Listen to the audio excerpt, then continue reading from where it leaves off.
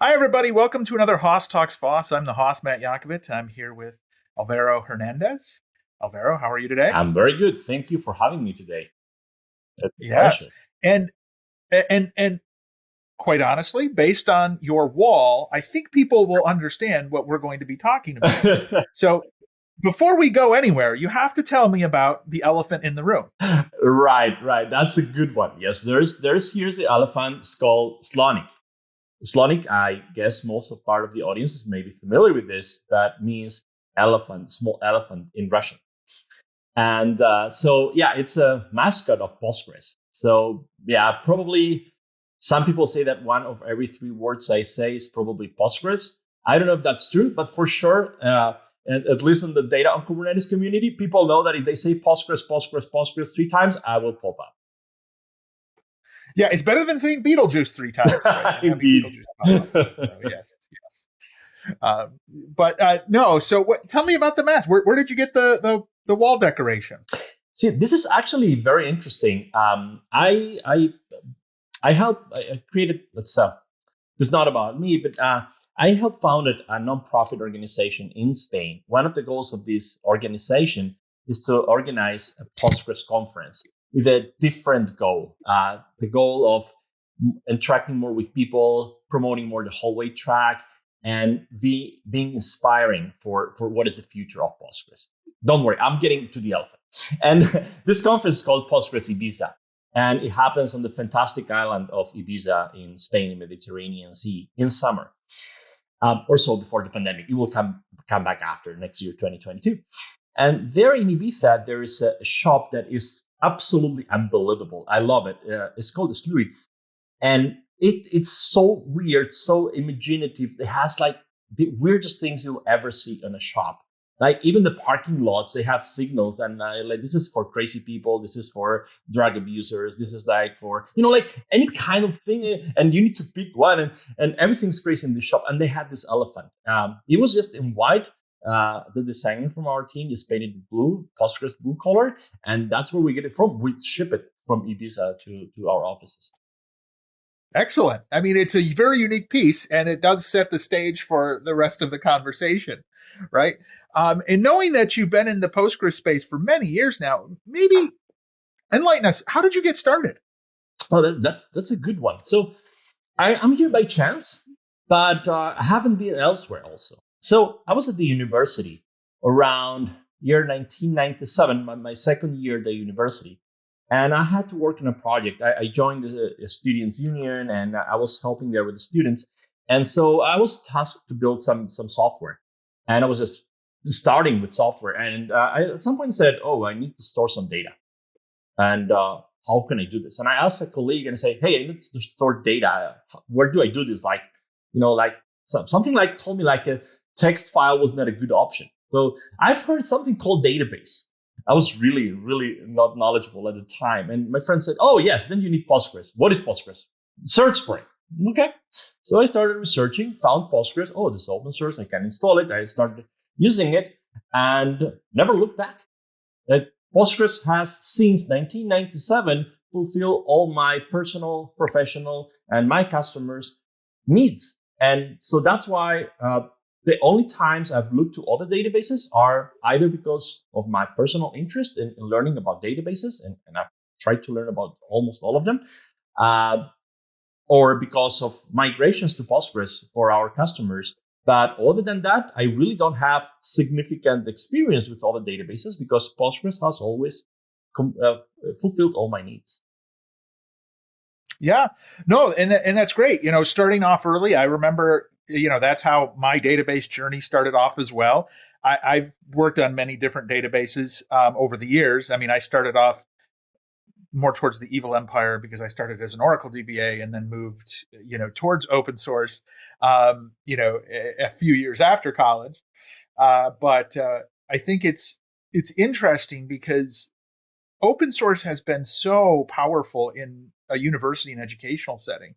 It's enabled, students, it's enabled people to do things that they could never do before. I remember I did several projects over the course of my life, even when I was one of those evil Oracle DBAs.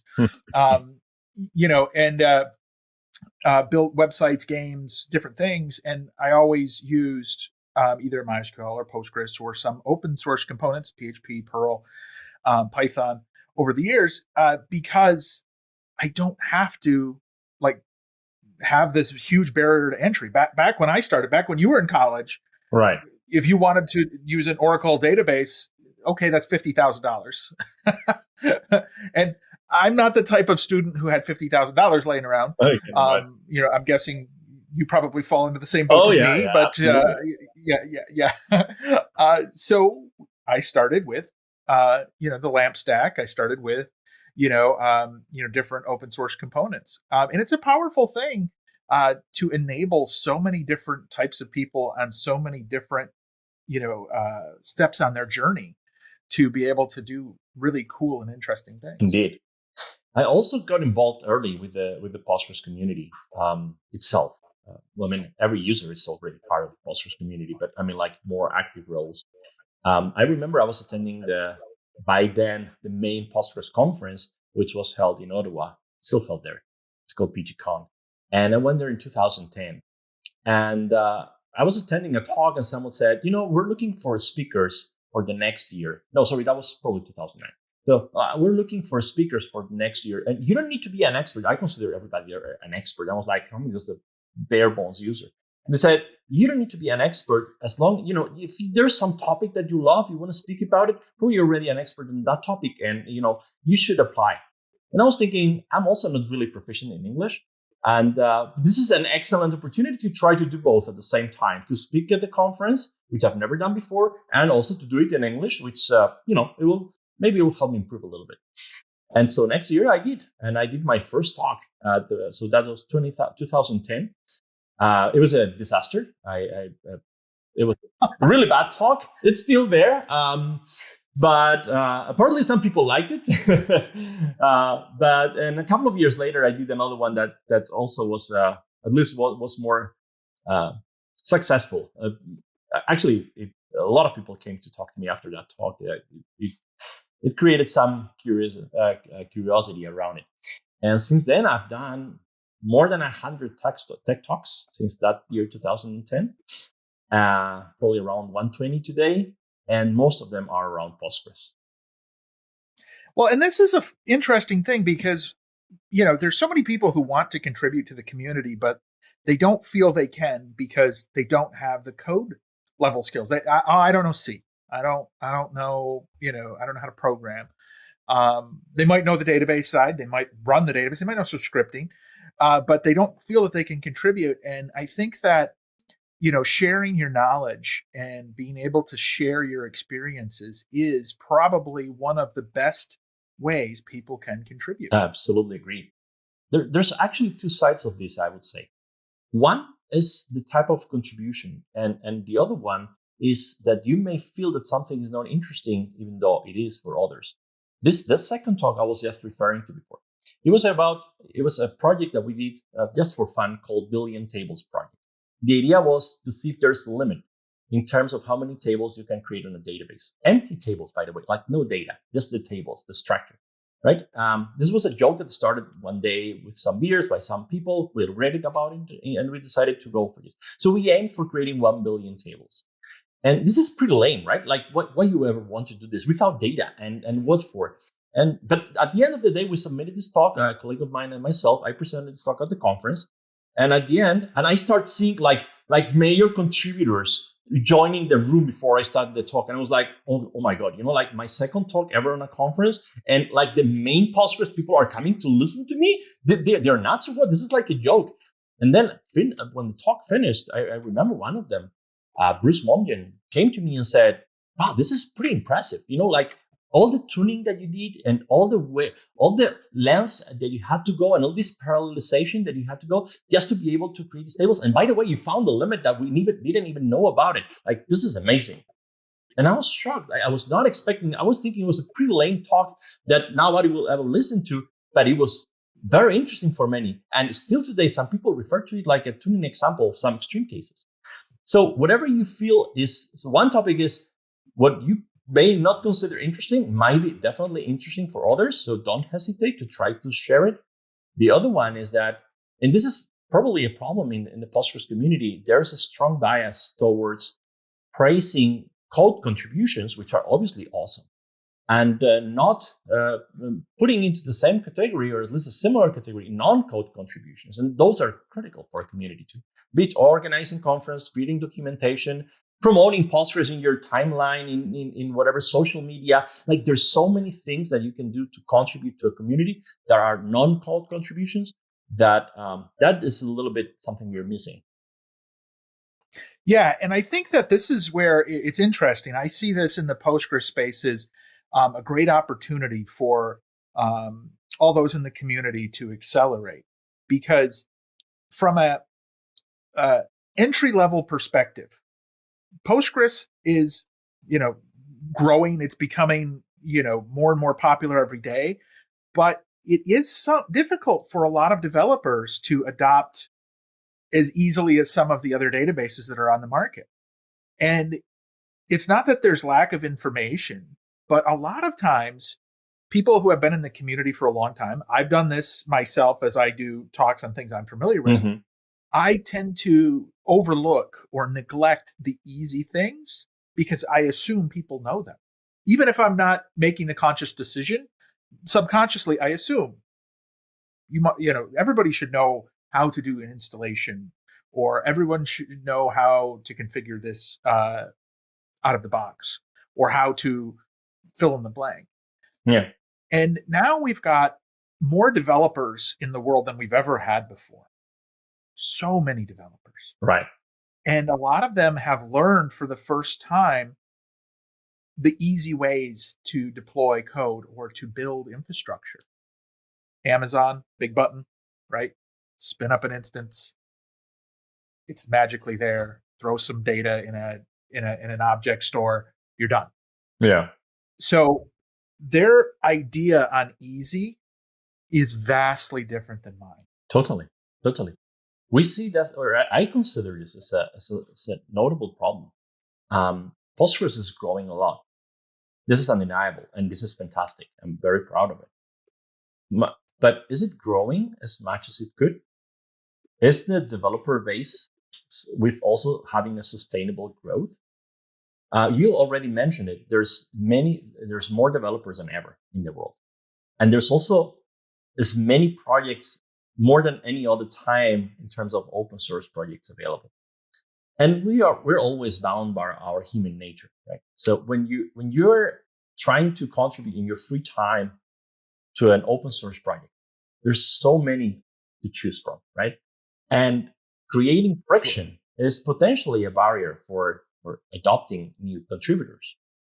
Now, if you look at the Postgres contributing process, it's really, really creates a lot of friction. So the first thing you see is that Postgres is not on GitHub or GitLab or equivalent. I mean, it is, but it's just a mirror. And it says, we don't take pull requests. Go to the contributing guide, which is a wiki. It already feels like a bit odd for some, like, what is this wiki thing, right? It's not Wikipedia. And then you go there, it says, review the to-do list. And what is the to-do list? And it's a set of items collected over the last 30 years without any order there that you need to review before submitting an issue, because there's no issue tracker. Then you finally decide to create a patch. You need to subscribe to a mailing list, which spams you with 200 emails per day. And, well, I mean, you can delete them, but you really need to be there in order to share and contrast with other developers whether your patch or your ideas are good. Then if you even are able to finally submit the patch, someone is going to take it and commit it on your behalf. There's no pull requests. So someone will literally take your patch, which, by the way, you had to attach as an attachment to an email, and download, apply locally, and commit as his or hers. You'll get a mention though, but this will not show up on your GitHub profile. So there's a lot of friction in this process that we don't know the impact. Maybe it's not allowing Postgres to grow even more or to have a more sustainable developer space. Yeah, I mean, it's so interesting because even over the last few years, the amount of tools and the amount of emphasis people put on different products like GitHub and your GitHub profile that makes or breaks a lot of people's ability to get jobs and, you profile themselves as competent. And as they look for projects to work with and contribute with, that can be a barrier, especially to this current generation of developers. My generation, now I'm older, right? It was a bit different. Right. And there wasn't the reliance on, GitHub. You still used version control, whether you used, Git or Subversion Yep. or, Bitbucket or whatever, your favorite tool was. Most of that was controlled by a company, and you did your, code check-ins to a company repository, and no one ever saw them. Correct. And there wasn't any sort of tracking or anything else. So it is very important to that ecosystem and to the new developers. I read an interesting study a couple years ago where they asked developers who had graduated in the last 4 or 5 years, so relatively new developers, what's the primary reasons you choose a job? And the number one reason that this study had was based on the tooling that they could use at the job, which is interesting. Yeah. You wouldn't think of that, but people have preferences and they like certain technologies and they like certain workflows. And it's interesting how those fit in. I think that from a contributor process, making it as easy as possible is a really good thing to strive for.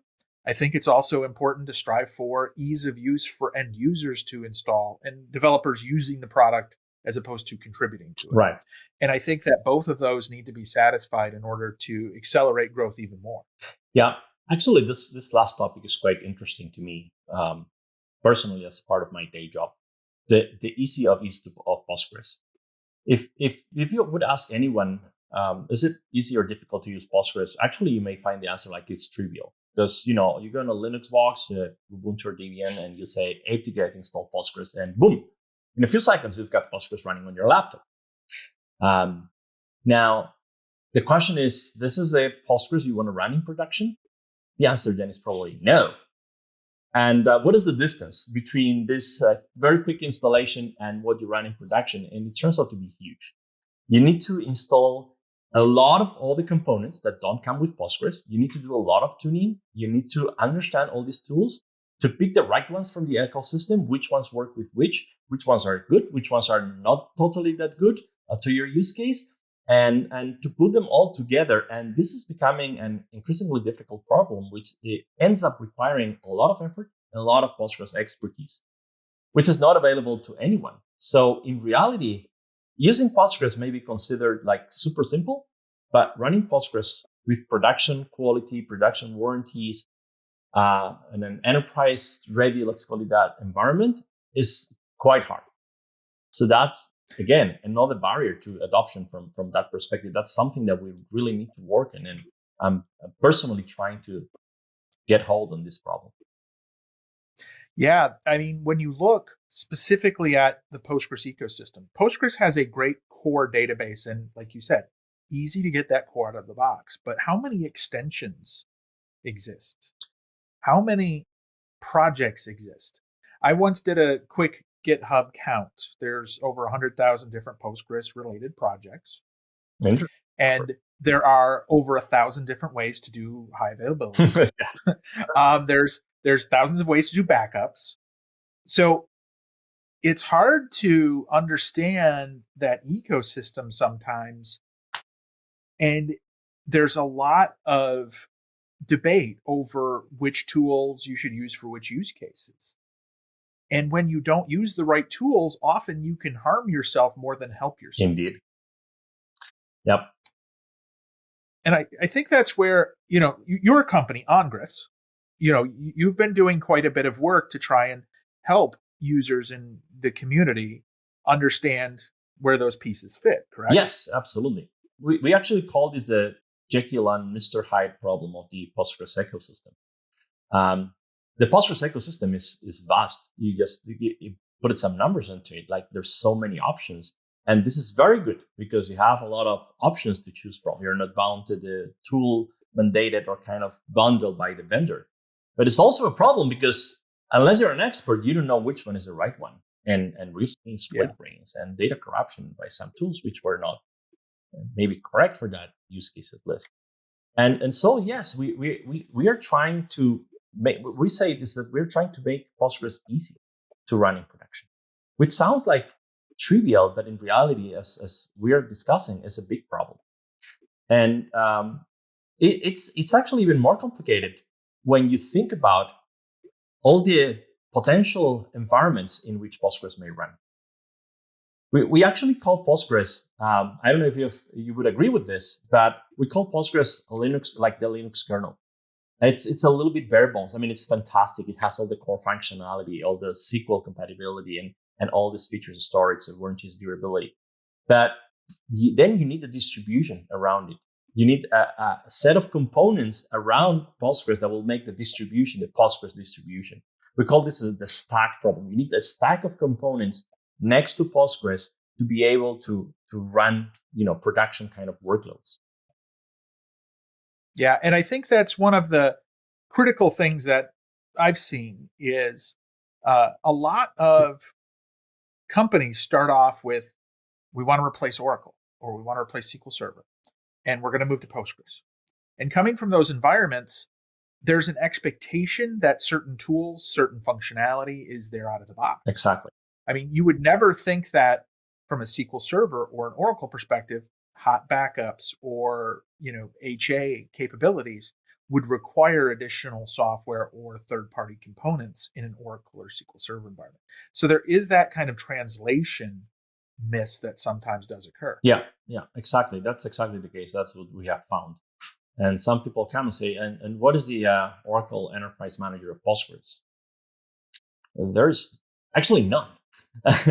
There are some GUI tools, but they're mostly for database objects management, not for the infrastructure, the DevOps part of the database. Right. And I think this is where, when you look at this problem, it's an interesting space because with the growth of Postgres over the last 5 years, 6 years, 10 years, a lot of this has also been piggybacked with the growth of the cloud. Mm-hmm. A lot of people choose cloud-based database as a service because it has a lot of those components already kind of figured out and it's just out of the box where you don't have to think about it. Right. And I think this is where the shift that you're seeing quite a few people start to explore is, how do I get that same level of compliance, that same level of structure, but not have to necessarily commit to one cloud provider or another, or one database as a service or another. And that's where you start to see the Kubernetes play. And both your company and ours are part of the data and Kubernetes community. Right. So we both have a fervent passion for running databases on Kubernetes. So I think that's where the great equalizer starts to come in, where you can provide end users with those capabilities to easily start to pull those components together. Yeah, exactly. And actually, this I can speak of how we came to Kubernetes. It's not because we found Kubernetes the next big thing, the next fancy hipster term that everybody is jumping there into the bandwagon. We also need to be there. We actually came from this stack problem that I mentioned before, right? Like, we were thinking one day, we need Postgres. We need, as you said, an HA solution. We like Percona. Well, we need a backup tool. We need a monitoring tool. We need a connection pooler. We need tuning the connection. We need even a graphical user interface. For us, it's important to add that to the mix. And this is like a lot of components. And now, how to deploy this on this cloud vendor, on this other cloud vendor, on this other cloud vendor? And oh, by the way, what are on-prem? Oh, and on-prem is like a Wild West, right? Someone use as an entry point to a cluster DNS load balancer, and others uses DNS. Other ones virtual IPs, and then the storage. And some are shared file system, SAN, NAS, local drives. And when you start counting all the possibilities, you end up with basically combinatorial explosion of options. And we're thinking, how are we going to pack this? We would like to pack this into a single distributable unit that will say, hey, this is Postgres with its stack, and you can go and use it in any environment you are. And it was basically impossible. every environment is just different.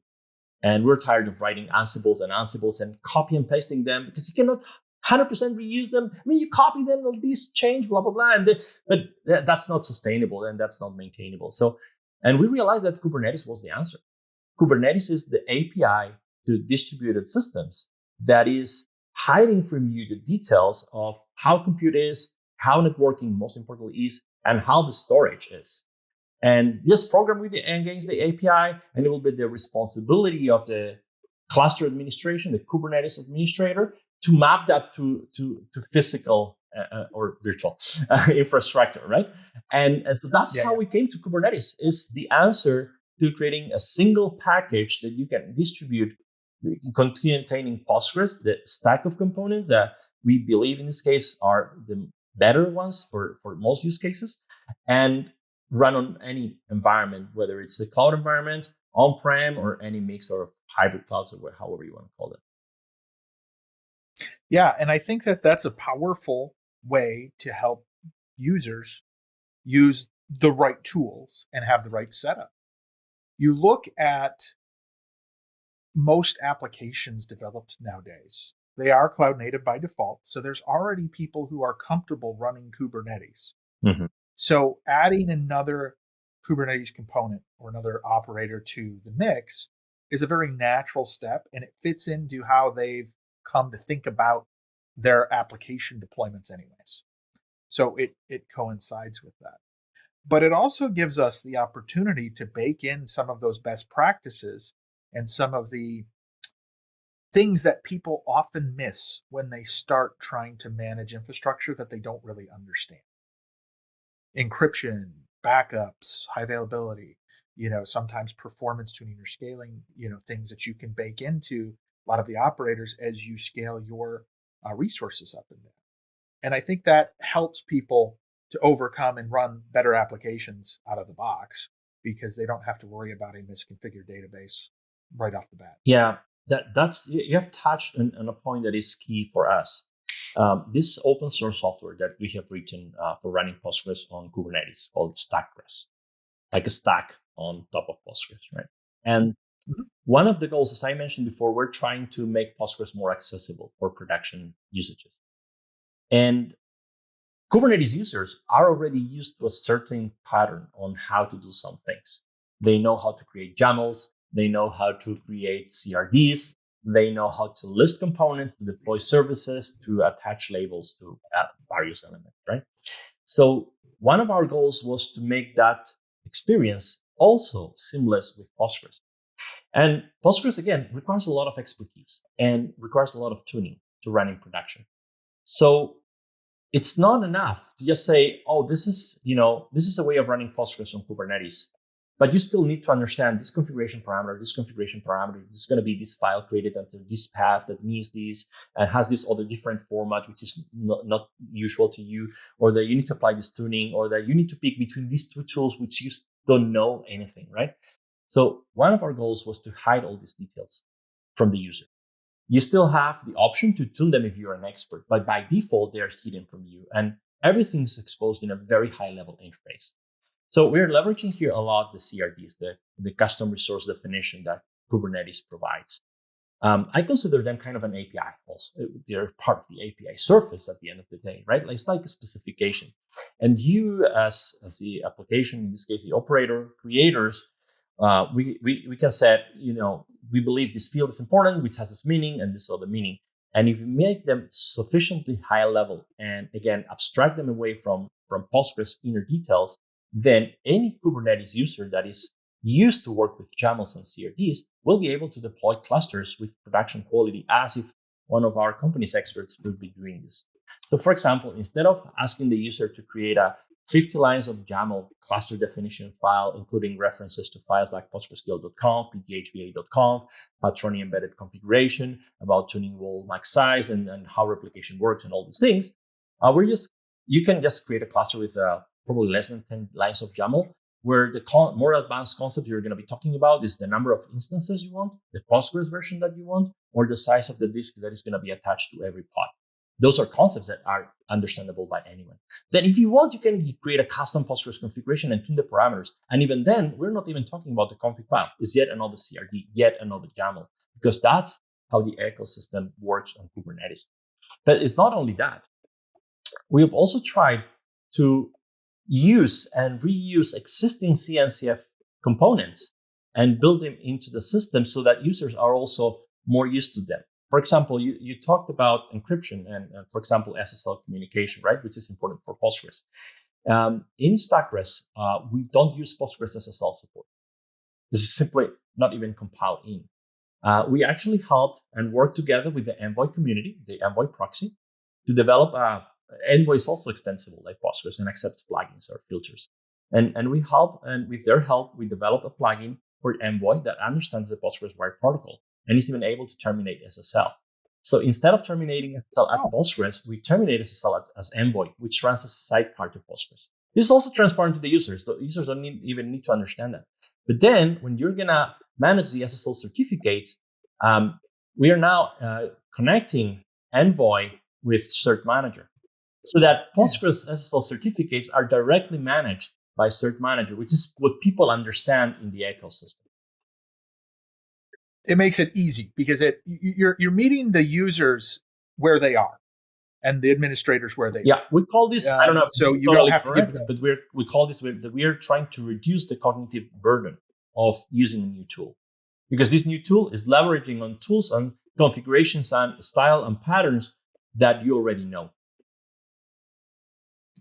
Yeah, that makes a lot of sense, because the more tools you have, the more single points of failure you have, the more places that, oops, I forgot to do that. And then that leaves you exposed to potentially expired certifications or, things that didn't get encrypted that you thought were encrypted. There's a lot there. So that does make, quite a bit of sense. And I think that as the ecosystem expands, and as more people come on, the expectations get higher and higher for what the stack can do. It's not just, what we can do today or what we did a year ago, because the user group and the user community is growing based on other people moving into the space. So we, just recently Babelfish, the SQL Server to Postgres translation from AWS came out. And that's going to drive more people who are used to the SQL Server ecosystem to explore Postgres.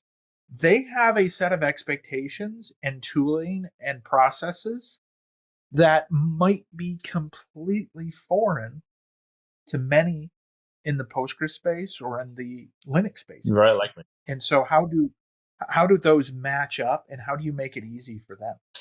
Well, Babelfish is a very interesting topic on itself, right? It's something that we've always been personally and as a company very interested, because one of our goals is to also make Postgres reach to other areas and tap all the markets or other use cases and all the users. As we were discussing at the beginning of this chat, right? Postgres is growing a lot. I still think that Postgres can grow much more than what it is. And one way to do this is making the use base bigger, right? Like addressing more users. Absolutely. So Babelfish sounds like a blessing and like a fantastic open source by Amazon that I hope will get a lot of contributors and will grow as a large project that will merge upstream. And then we'll have Postgres with both Postgres capabilities and SQL Server capabilities. Sure, the beginning compatibility is not, I know for sure it's not perfect, but it will improve over time and it will handle most of the use cases.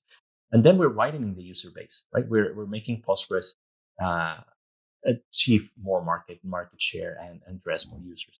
Now, how we can make this experience less boring for SQL Server users? I don't have an answer for that. All I know that one path we're trying to follow, and this is not exclusive for SQL Server users, but also for Postgres users, and it's something that also distinguishes these approaches on Kubernetes from the managed cloud offerings, database offerings like Postgres managed services, is what we call the day two operations and all the automation you can achieve with Kubernetes. So if you pick a managed solution, you will put it before, you have backups, managed backups, you have HA, you have monitoring and some alerting built in, right? There's nothing you need to do. However, that doesn't mean that the database doesn't require any care. You still need, depending also on your scale and size, but you also need to take care of that about databases. There are routine operations that you need to perform on databases. In Postgres, you need to do vacuums, potentially repacks, reindexes, tuning, and many others, right? And of course, also data migrations, which are non-trivial. And these operations, they're not automated. They're not provided on managed services. And it's because they're a little bit hard to implement that way. However, in Kubernetes, thanks to the API that Kubernetes provides, you may provide automation for some of these operations. Actually, I would say majority of those operations. And automating this, what we call day two operations, into a software like Stack, this is something we're focusing on. Right now, for example, just to give you an example, we've been able to automate repack, vacuum, major and minor version upgrades, restart of the clusters in an orderly fashion, upgrade of the container for security, and even benchmarks. So with just a few lines of YAML or from a web console like point and click, you can run a benchmark or do a major version upgrade. And you don't need to understand how these things work internally. And this is key because if we're going to make Postgres more accessible to SQL Server users, they're definitely not going to be familiar with how to run a PG upgrade. That after running a PG upgrade, you need to run an analyze. And all these things, all these small details that are very specific to Postgres, they're not going to be familiar with this. So the capability, this ability of automating as much possible and again, hiding all these internal details, I think is one way to approach this problem, how to make it easier for them. Yeah. No, I mean, I think the more automation, the more that you can take away some of the specific nuances and do them for the users, the better off you are. And you can always give them access to break that automation and do it themselves if they want. Exactly. And give them the best of both worlds. So where do you see the Postgres community going? Where do you see the next year or two? Where do you see this kind of escalating? Where do you see the growth over the next couple of years? It's an interesting topic for me. I'm very interested, and I've been a little bit vocal about some of the things that I don't see they're perfect in the Postgres community. There's governance issues. In my opinion, it's interesting that Postgres is not run by any single company. It's an effort of more or less coordinated developers around the world, and has some small bodies for governance. And as much as an open source community with this liberal license, very open, these governance bodies, they're not as transparent and as democratic as some people believe, including me, obviously, that they should be. So it's okay how they have evolved. History is history, and possibly the way they were created and operated until today were the best choices at the moment.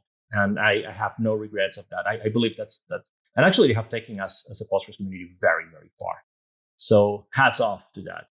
But once we're in 2021 and when we see these, I believe there are some improvements that are to be implemented in terms of, for example, governance. As I mentioned before, also from the contributing space, how to remove this friction or reduce this friction to contributing to Postgres. Postgres in general, if you look at developers, I don't have an exact numbers, but it's kind of a little bit an aged community. With all my due respect to everybody's age, I'm not young myself either, even though I consider that. But numbers say my ID card says I'm not. And but we need more fresh blood, fresh young developers, young committers coming to Postgres, and we're struggling with this.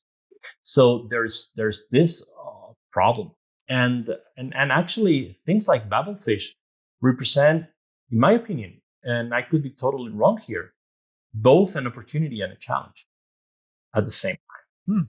Okay. They're an opportunity because we have the opportunity to do whatever to do what I was explaining before, to widen the user base, to appeal to the SQL Server community, and to significantly grow the outreach of Postgres. But for this to happen, this Babelfish project, which is considered and released by Amazon as a development branch for a future feature, that would like to be included upstream, what would happen if it doesn't merge upstream? Is it, I mean, and there's already, when this was announced last year, at the end of last year, there were some voices leaning on not including these, or at least, bringing some serious concerns for its inclusion. Even some core components of what Babelfish needs, which I believe would be great for Postgres to have, which is, for example, the protocol hooks, which is a way of adding an extension point to Postgres out of the many extension points that Postgres has to be able to plug new protocols. This is needed by Babelfish to implement the TDS protocol. But what if tomorrow someone wants to implement another database protocol or totally different? Postgres right now has a protocol that is quite old. And it's very hard to replace today. If there would be protocol hooks, maybe the old protocol with the new protocol could coexist. And so what happens if all these improvements that Babelfish has, which I'm sure they need a lot of polishing and breaking up into smaller chunks and addressing them individually, but what happens if 2 years from today, they don't get merged upstream? They get rejected. This may happen. So then Babelfish, instead of being a future branch, may end up being a fork. And then we would have two Postgreses, Postgres and Babelfish. Another Postgres version. Yeah. And one is going to accept contributors on GitHub. It's going to accept pull requests. It's going to work the modern way. And so is it going to become more successful than Postgres? That would be really worrying to me. I hope that's not going to be the case. And I'm sure the community will figure the way to polish and to address Babelfish as a feature that will become merged upstream as soon as possible. But we need to contemplate the option that this may also not happen. No, it's one of the benefits and the drawbacks of open source is if you don't modernize a bit, you don't collaborate, people can always fork. Yeah. And sometimes they do. And what's funny is there's a whole list of reasons. Sometimes there's valid reasons not to, but certain projects may find it more beneficial to go their own way. And so that's one of those things that is always a difficult thing. It's a two-sided coin. Some of it's good, some of it's bad. Yeah, absolutely. But Alvaro, I wanted to thank you for coming on today. This has been a great chat. I appreciate you stopping by, sharing with us a little bit about your background in Postgres, where you see Postgres growing, some of the issues in the stack space around Postgres. Right. It was great to catch up. Thank you. No, really, I really appreciate this conversation. Very insightful, and I hope it will be interesting for the audience too. All right. Thank you. And for those who are watching, please subscribe to the channel. And if you like this, let us know. See you next time. Wow, what a great episode that was. We really appreciate you coming and checking it out. We hope that you love open source as much as we do. If you like this video, go ahead and subscribe to us on the YouTube channel. Follow us on Facebook, Twitter, Instagram, and LinkedIn. And of course, tune in to next week's episode. We really appreciate you coming and talking open source with us.